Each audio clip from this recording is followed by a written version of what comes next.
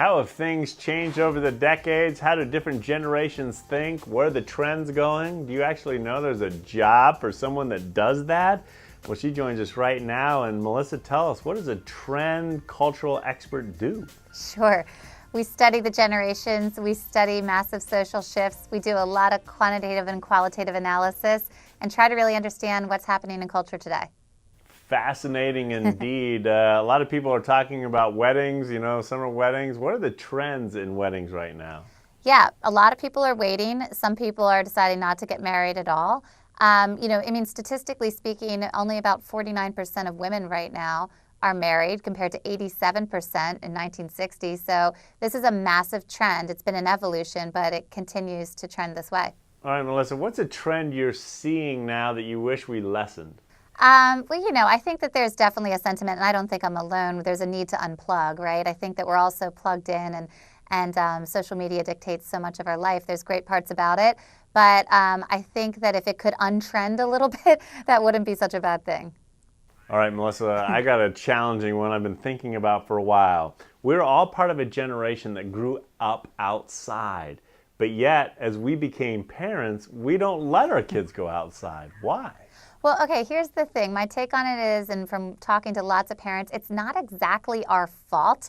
What's happening is there used to be free play, right? You used to go outside, meet up with neighborhood kids, everyone got together. Things have gotten really scheduled, and part of this is because, Gen Y's coming of age had to be scheduled. They had to get all that stuff on their resume so they'd have a shot at getting into their safety school, right? So, there's been everything so scheduled, there's just not that sort of serendipitous meetup anymore. It's planned activities.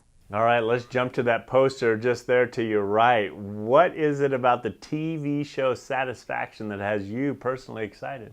Well, so Satisfaction's on USA, and I think it's really interesting because it's a really culturally relevant topic right now. Sort of this exploration of modern love, of marriage, of relationships, and, this idea of at a midpoint in marriage, what do you do when something that you've aspired, to your whole life, kids, house, spouse, job, etc., all of a sudden that idea of having it all isn't enough.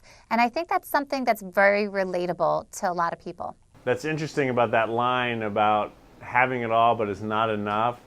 What are people saying, or what are the trends saying about people that choose to have an affair that are married? Well, it's saying a lot of things. I mean, first of all, 81% of people say that, if there were no consequences to their actions, they would give cheating a try. They would cheat. At the same time, 82% of the population, 18 to 49-year-olds, also says they have zero tolerance for cheating. So, what we would do doesn't necessarily match up with our sort of ideal scenario.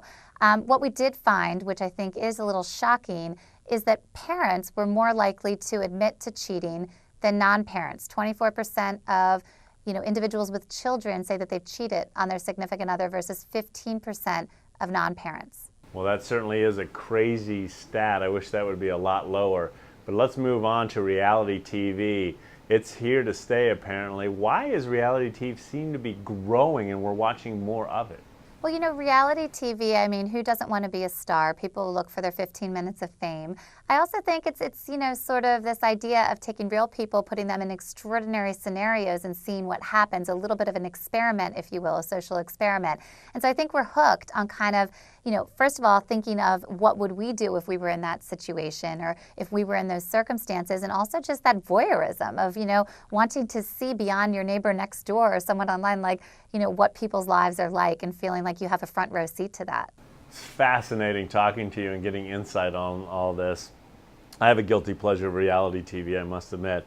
But finally, on news, it just seems to be getting more negative and negative. Do you think this trend is going to continue, and why?